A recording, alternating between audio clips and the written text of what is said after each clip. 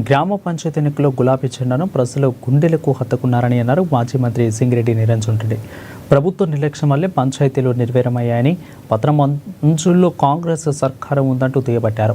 సకాలంలో స్థానిక సంస్థల ఎన్నికలు నిర్వహించకపోవడం ప్రభుత్వ అసమర్థతకు నిదర్శనమని అన్నారు. ఇక ప్రభుత్వ పంచాయతీ ఎన్నికలు ఆలస్యం చేయడం వల్లే గ్రామ పంచాయతీలు నిర్వీర్యమైపోయాయని ఆరోపించారు.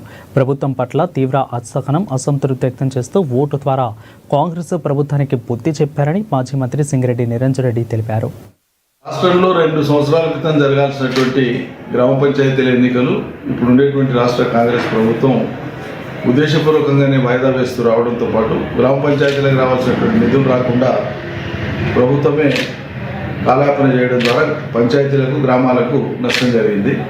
ఎటకేలకు కోర్టు యొక్క ఇంటర్వెన్షన్తో, కోర్టు మందలించడంతో తప్పనిసరి పరిస్థితులలో ఎన్నికలు నిర్వహించారు.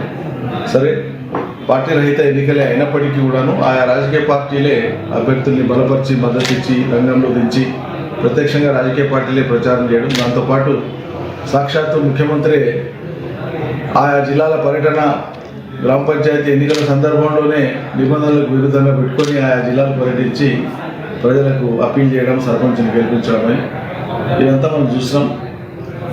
అధికార పార్టీ విపరీతమైనటువంటి అధికార దుర్వినియోగము, డబ్బు, మద్యము, వీటన్నిటి యొక్క ప్రభావం తీవ్ర స్థాయిలో చూపించినప్పటికీ కూడా ప్రజలు మాత్రం చాలా స్పష్టంగా బీఆర్ఎస్తో పాటు ఇతర పార్టీలకు కూడా, ఇండిపెండెంట్లు కావచ్చు, ఇతరులు కావచ్చు, గౌరవప్రదమైన స్థానాలు ఇచ్చినారు. బీఆర్ఎస్ మాత్రం చాలా జిల్లాల్లో దూసుకొని పోయింది.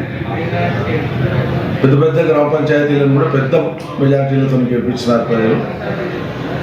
కేసీఆర్ గుర్తు, కారు గుర్తు లేకపోయినా గులాబీ కండువా కనిపిస్తే ప్రచారంలో కేసీఆర్ పేరు, స్థానికంగా ఉండే బీఆర్ఎస్ పార్టీ నాయకుల పేర్లు వినిపిస్తే చాలు ప్రజలు బీఆర్ఎస్ బలపరిచినటువంటి అభ్యర్థులకే ఓటేసి గెలిపించినారు.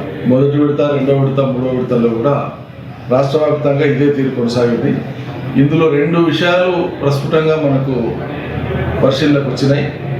ఎవరికైనా సులువుగా అర్థమవుతుంది.